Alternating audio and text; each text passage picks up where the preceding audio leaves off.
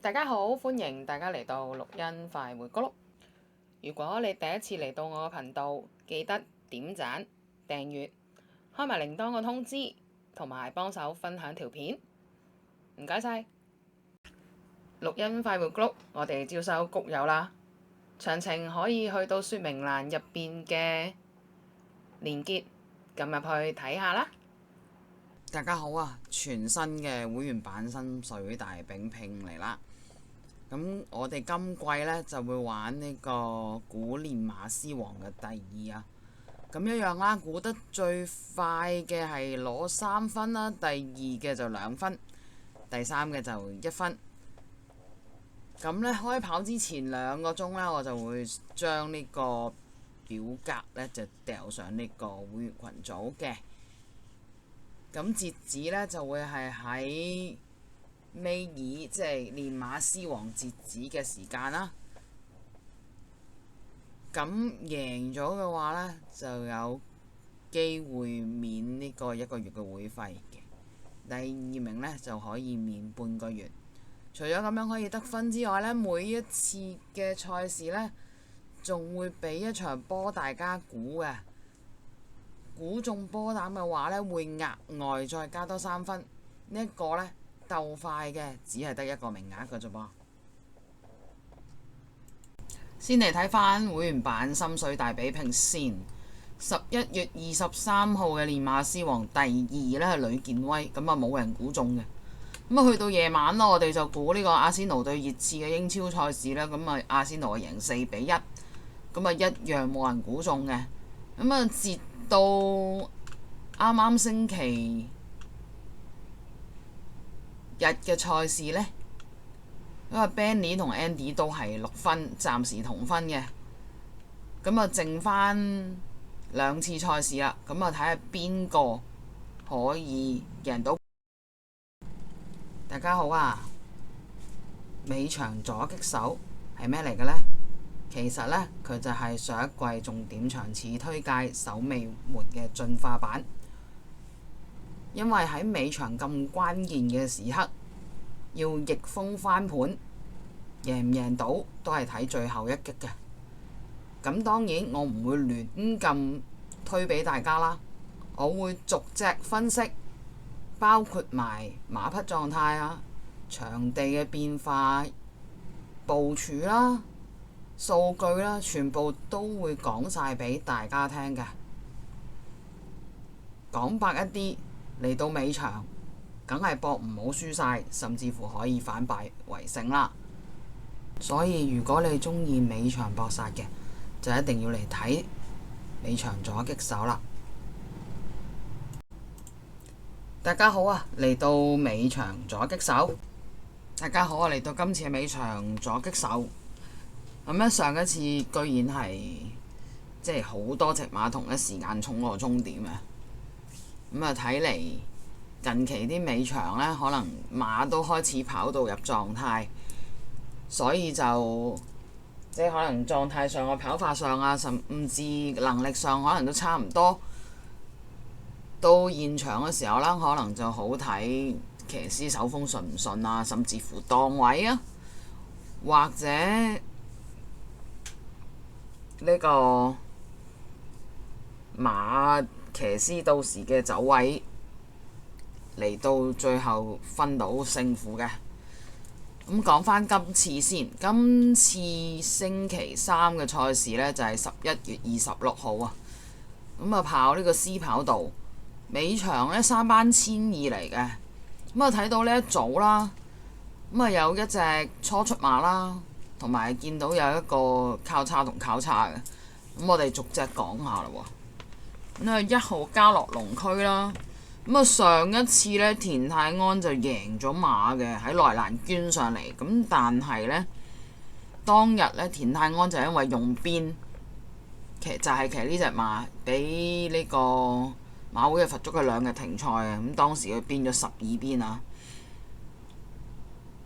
咁贏完之後呢，就俾佢唞到7個禮拜先至再嚟跑啦。咁但係返到嚟香港之後，佢個神操呢就度步多過快跳嘅。咁係呢一個有少少疑點嘅啫。咁但係馬狀態又 fit，今次又攞翻4檔，體重仲重翻啲添，嚟到135磅，咁佢可能邊養邊操咁樣啦，唔俾佢太大嘅壓力。我自己呢隻會擺佢配腳先嘅。OK， 等啦，拖腳啦。熱辣乘數表，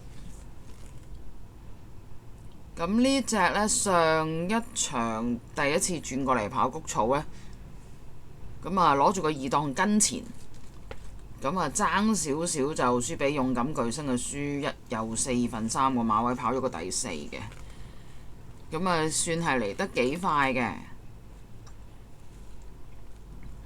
亦都可能因為谷草比較適應一啲啦，始終都係北半球嘅3歲馬嚟嘅啫。咁今次繼續係周俊樂騎返攞住個2檔，可能跑法都係差唔多，但係今次呢，前邊放頭馬都多嘅，咁變成周俊樂開閘嗰度呢，就唔可以太慢啦，搶返前。如果今日個場地真係有檔位會好啲呢，可能呢個檔位就有機會幫到佢嘅。咁所以呢隻呢，都會係拖腳嚟嘅，不過後一格。好啦，3咯噃，朝朝醒。咁呢隻上一場對住至尊貴寶呢，都照追上嚟跑咗個第2嘅。咁佢已經連續2次輸俾至尊貴寶啦。咁啊跑咗2場谷草1002之後呢，都係準成嘅。咁啊輸完之後返去呢，就繼續操買滿嗰課拍跳呢，真係仲係好生猛㗎呢隻。咁所以前邊放頭馬咁多呢，我會先擺呢隻前啲嘅，後追麻麻，快補速嚟後追。4嘅天星潘頓1檔咁啊！上一場第一次跑谷草1002換潘頓即刻贏啦。咁啊贏嘅馬雖然只係海船星同連冠王啊，咁但係連冠王喺暫時3班1002嚟講都係可以嘅。咁啊贏完馬之後呢，就加咗佢7分。咁但係今次又好彩地俾佢攞到個1檔喎，即係除非塞車咁樣暈死咁，如果唔係基本上前列返嚟嘅機率都高嘅，所以呢，我就擺佢係同呢個朝朝醒一樣。5啦，安康萬里路喎，呢一隻呢已經連續2場接近嘅啦，都係何澤堯主理嘅，攞咗1 win 1個第2。上一場呢冇馬放頭，佢係緊頂唔到飲杯，輸4分3馬位。其實呢隻馬呢，有放頭馬稍留呢就好過自己放頭嘅。呢場呢，放頭馬唔少，因為有2隻輕磅嘅最少，除非嗰2隻慢閘嘅啫。如果唔使自己放，佢稍喺外搭跟住放頭馬呢，應該都有機會前列返嚟嘅。咁所以呢隻都係配腳嚟嘅，因為個9檔呢，我擺佢第3格先。第3格，點解呢度係1嘅？我呢個4打錯啊！等先，改翻去先4。咁啊呢度就跟翻嘉樂龍區配腳嚟嘅。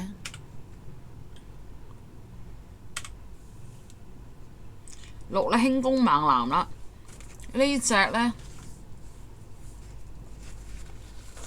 喺4班攞咗1 win 1個第3上嚟升班啦。咁啊本身呢隻係自購馬嚟嘅，嚟香港時候係67分嘅。咁啊而家就上返嚟啱啱插班嗰個分數。咁雖然上一場贏嘅馬只係比特星同雷神太保嘅啫，咁但係好明顯呢，就係自購馬嚟到香港叫適應咗啦。咁啊繼續嚟跑返谷草1002啦。咁啊霍宏星3檔。sorry 係5檔嚟嘅，眼翻花添。咁啊上一場孭住個頂磅都仲可以交到個最快末段。咁啊升3班係可以繼續拖腳嘅。咁所以呢隻跟呢個安康萬里頭6隻都要包埋喎，咁咪好犀利。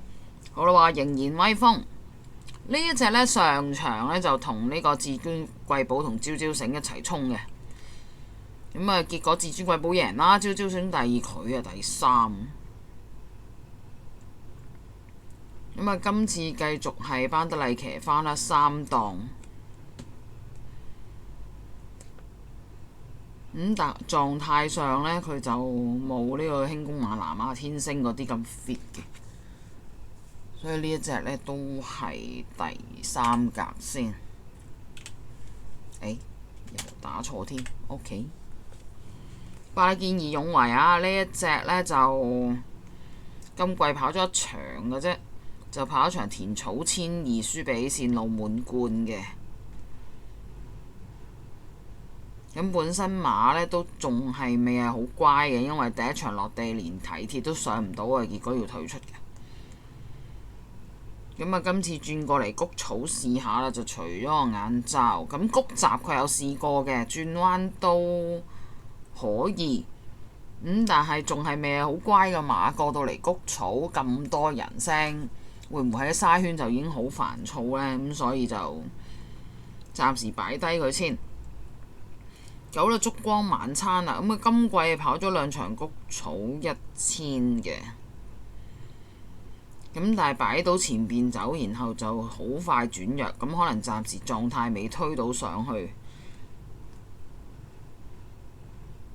咁本身佢喺4班贏馬呢，上返嚟3班呢，佢就會接近多啲，同埋1000呢，佢個路程就正宗過1200嘅，咁但係因為佢本身1000馬，所以頭段佢會比較快嘅，所以搶到閘擺前走嘅機率都高嘅。今次係用奧爾文啦，8檔咁，但係太多馬一齊燒，佢可能末段就冇嘅，咁所以呢隻我唔擺住啦。10粒粵港之區啊，呢隻新馬睇下佢咩料先。呢隻馬呢，嚟香港之前呢，就係只係贏一場處女馬賽嘅啫。贏嘅路程就1106米，即係1100啦。咁本身爸爸呢就贏呢個1100至1400嘅，媽媽呢就贏1200至1600。同副馬係起尊龍，咁應該之後會跑1400好啲。咁啊嚟香港呢，試咗4課閘嘅，不過不失咁咯。咁我會暫時放低佢住啊，唔會話一出會有好厲害表現咁啦。11啦，北地烈馬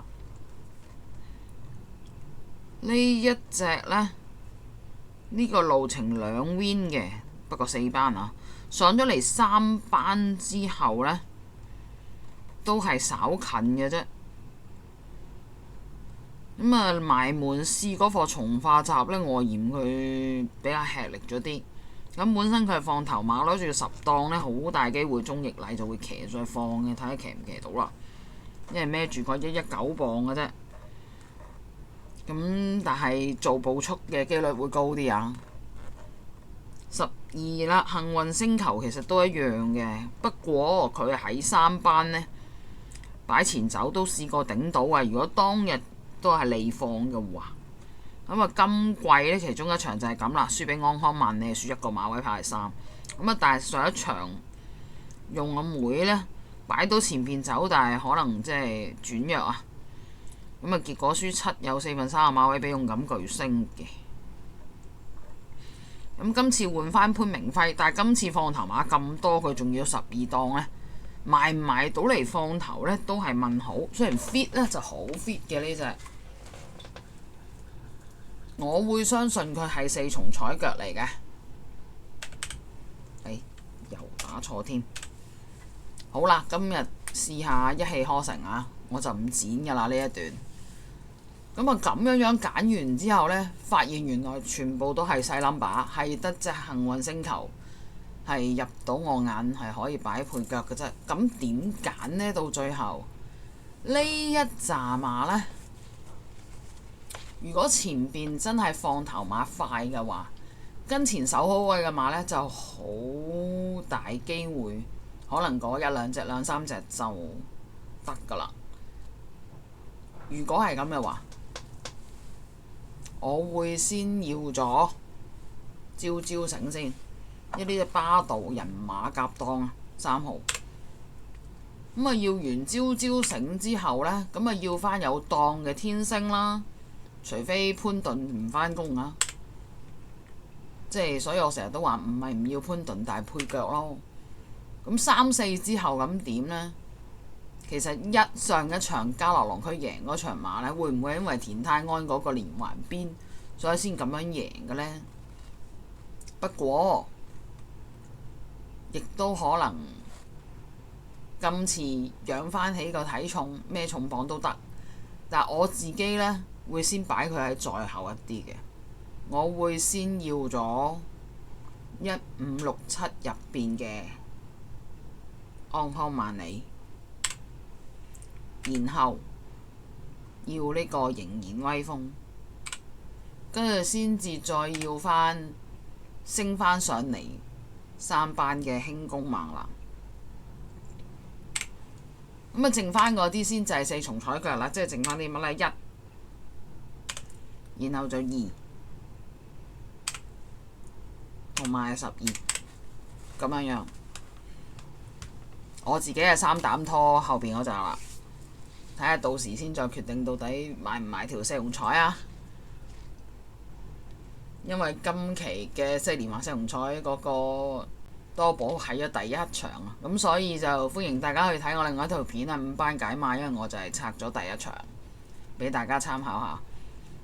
咁好啦，今次嘅尾場左擊手呢就講到呢度，希望大家今晚都贏多啲。多謝晒大家嘅收睇，拜拜。